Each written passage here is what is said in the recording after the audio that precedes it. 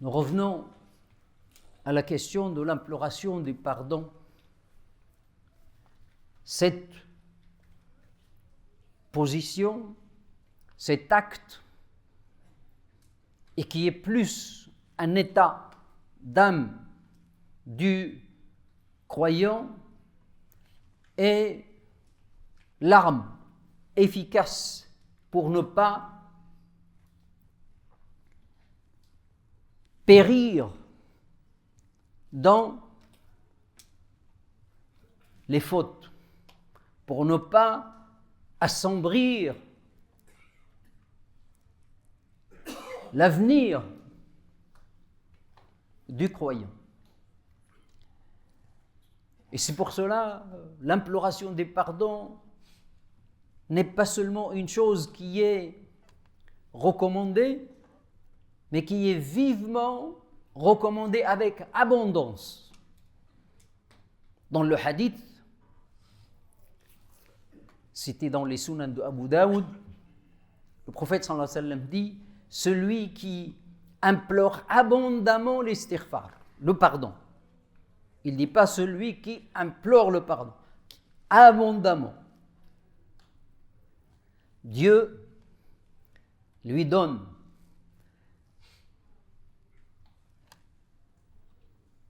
une issue, une ouverture de toute angoisse, de tout événement malheureux, de tout chagrin. Et de tout mal-être, une issue favorable. Et il lui donne de là où il ne s'attendait pas. La victoire, la subsistance vient d'un côté qu'il n'a lui-même pas calculé. Une ou un des fruits de l'imploration, du pardon, de l'abondance de cette imploration. C'est la même chose à laquelle Noé, alayhi salam, avait appelé son peuple. On le lit encore dans le Coran. Donc c'est quelque chose qui était connu dans toutes les autres traditions.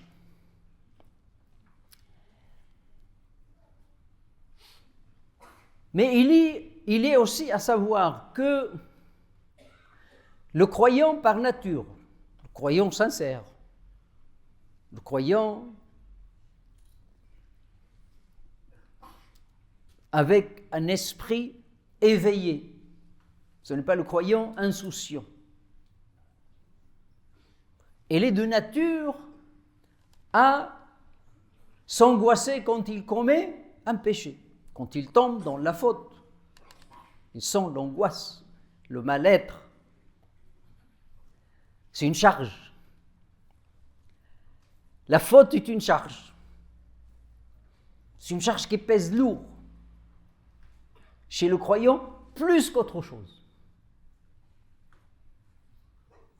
Spirituellement parlant. Et c'est ça qui conduit. On avait dit la dernière fois que quand on implore le pardon, c'est parce que c'est quelque chose qui nous pousse à cela. Il y a une raison. Il y a un motif.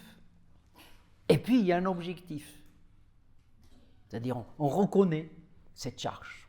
On veut se débarrasser de cette coercition, de cette gêne.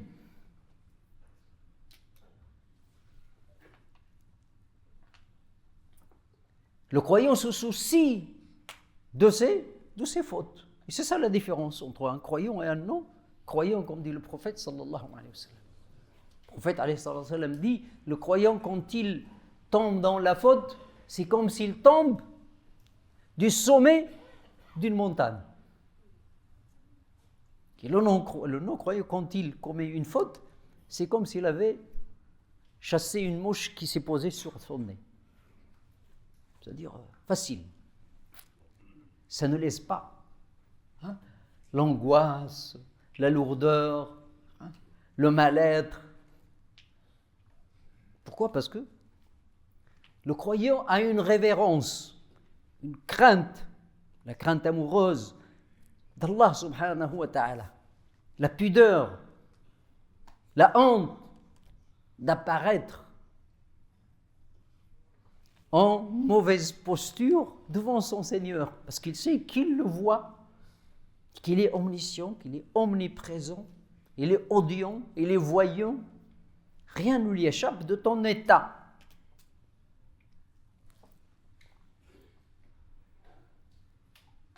Y compris tes fautes. C'est pour cela qu'il faut opérer le retour vers Allah subhanahu wa ta'ala à travers l'imploration du pardon.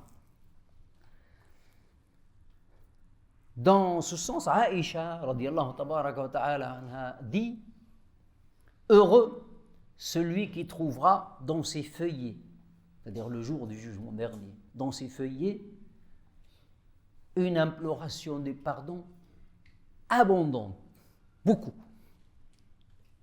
Parce que c'est ça qui brûle, c'est ça qui efface, c'est ça qui absout.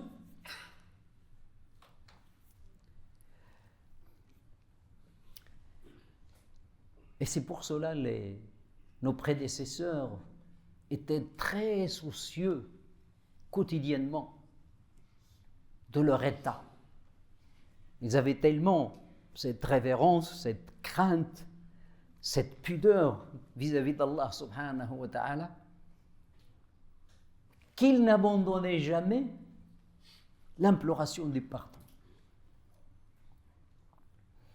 Abu Huraira radiyallahu tabaraka wa ta'ala anhu dit: j'implore Dieu chaque jour 1000 fois, selon ce que je dois, le dû que je dois à mon Dieu. Il utilise le mot diya. Diya, si on le traduit, c'est-à-dire l'argent du sang. Quand on blesse quelqu'un, on le paye une réparation. Ou quand on tue quelqu'un, par faute, on paye. C'est ça, diya. C'est ce que je dois. Il considérait que donc, les fautes qu'il commettait comme une blessure dans le corps de sa religion, dans l'âme de sa spiritualité. Donc il la répare selon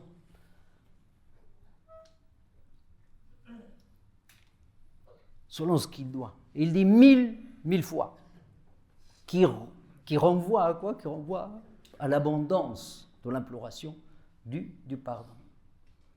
Regardez cette modestie, cette humilité qu'avaient les compagnons du prophète alayhi salatu wa salam.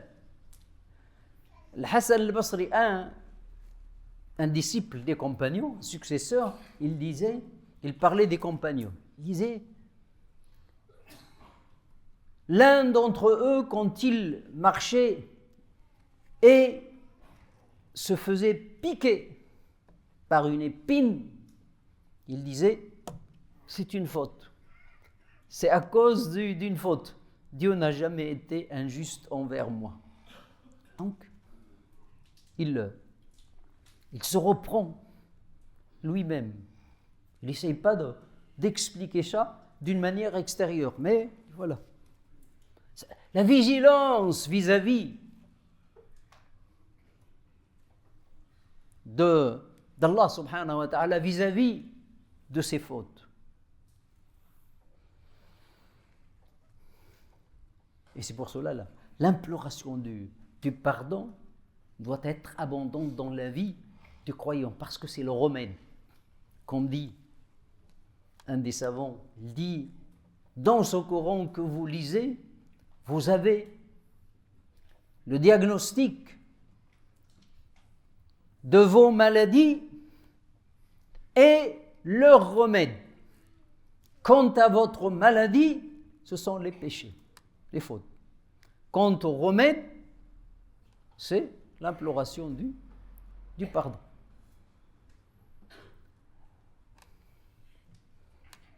Certains des prédécesseurs comptaient leurs fautes. Heureux celui qui connaît le nombre de ses fautes. Heureux. Ah ben c'est un bien-aimé d'Allah, celui qui connaît le nombre de fautes qu'il a fait. Je ne sais pas s'il existe. Ça existait dans l'histoire qu'on a lue. Et certains, tellement ils étaient soucieux, qu'ils comptaient, ils s'amusaient à compter. Non. Soufiane Taouri, un des grands imams de l'islam, disait une fois, je me suis retiré et j'ai commencé à compter mes péchés. Je suis arrivé à plusieurs milliers. Et là, j'ai parlé à mon âme. Je dis, oh Soufiane, quand tu seras devant Dieu, tu répondras quoi pour ces péchés? Et là, il dit, au nom de Dieu, tu verras la chair de ton visage tomber par honte devant Allah subhanahu wa ta'ala. Oh Soufiane, ça c'est seulement les péchés dont tu te rappelais. Que dis-tu des péchés que tu as oubliés et que Dieu m'a écrit? Ahsahu Allahu wa nasuh. Dieu les a énumérés, mais eux l'ont oublié. La surprise, le jour du jugement dernier. Et ça nous enseigne l'état dans lequel doit être le croyant vis-à-vis d'Allah subhanahu wa ta'ala. Le pardon, c'est pas l'imploration du pardon n'est pas une parole seulement à proférer ou à répéter. Puis c'est un état d'âme qui te projette d'un état vers un autre. L'état de